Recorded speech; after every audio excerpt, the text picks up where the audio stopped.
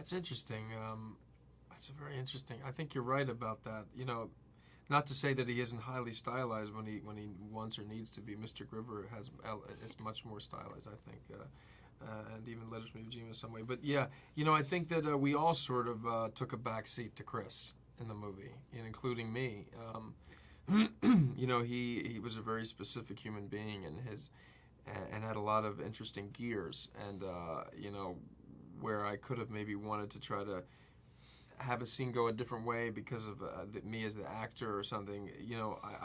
I couldn't because of Chris, and that was a beautiful thing. And I think Clint sort of recognized that as well. And the movie, just settle it all down and let Chris lead the way. And that was a beautiful experience for both of us.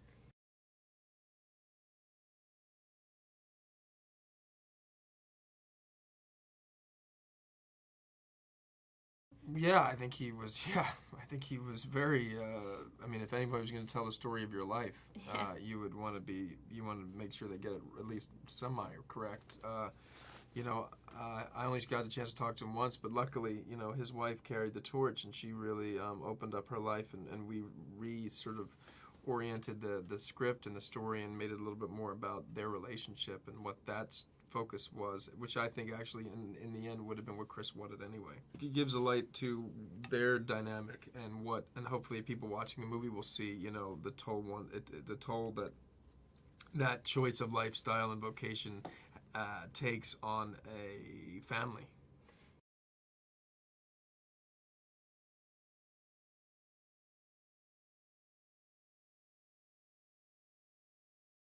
Absolutely. I've had the opportunity in the last year to work with the best filmmakers, some of the best filmmakers in the world, and I feel hugely privileged also to have worked with one of the best actors in the world. And it just feels, it's a really exciting time, and I feel very lucky.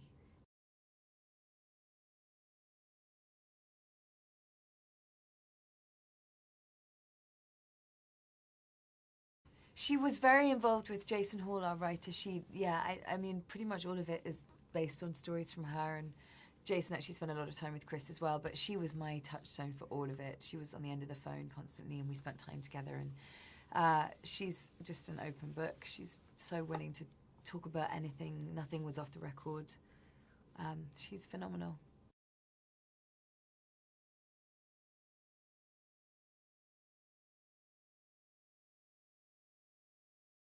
At the nascent stage, really, before the rights had even been bought by Warner Brothers, so very early.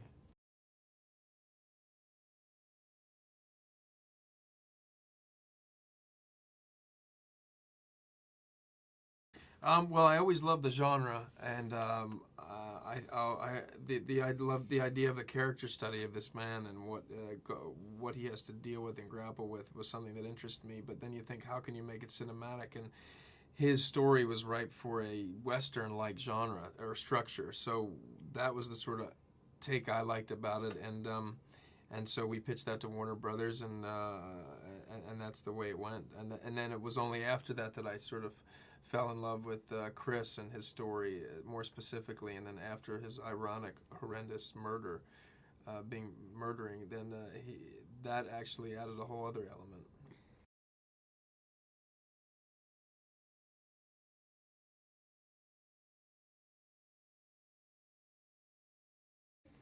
If we get it right, yes. If we're at all accurate, and those who have gone through or are going through those situations say yes, that resembles or reveals or reflects what we go through, then it's essential actually, and that was what we tried to do. Those were our aspirations.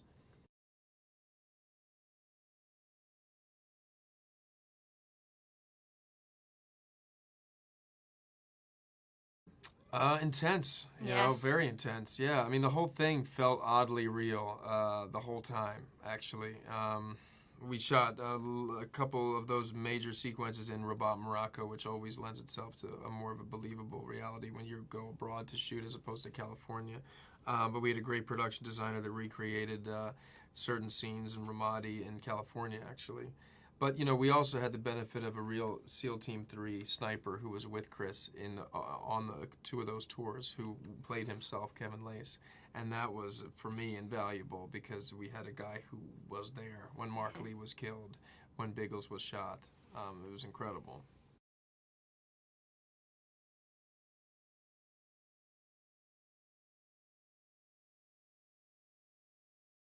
That was the one time where we, because we were, the way we were shooting it, she wasn't there, yeah. I hadn't started yet. But it's so funny, too, because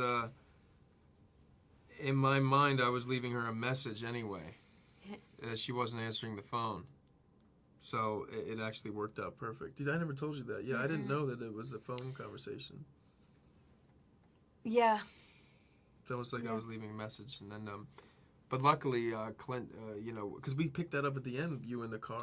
Yes, but I remember, I think what had happened, you'd phoned me in London to try and read through it, and I hadn't got your message or something like that. Yes, oh, really? Clint added that at the end. It was just so smart, day.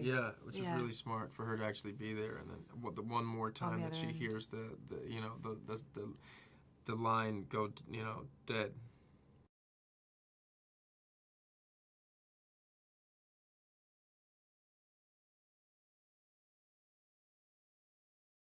No, I was cast before, but they started with the Iraq stuff, which was obviously, which I'm not in. I think they were there for 3 weeks, and then I flew to LA to pick up the rest of the shoot. The shoot was 40 days, and I was in 21 or something. No, it wasn't hard. It was great. It was all just, everybody was very warm and embracing, and I think after being in such a testosterone-fueled environment, everyone was kind of ready to get into the more... Yeah, it's true. This kind of softer stuff. It was a relief with all the guns and the combat. Have you gone through all of the battle stuff? You've done a lot. You'd done the whole of Rabat. Right. And I think, needing some girls around.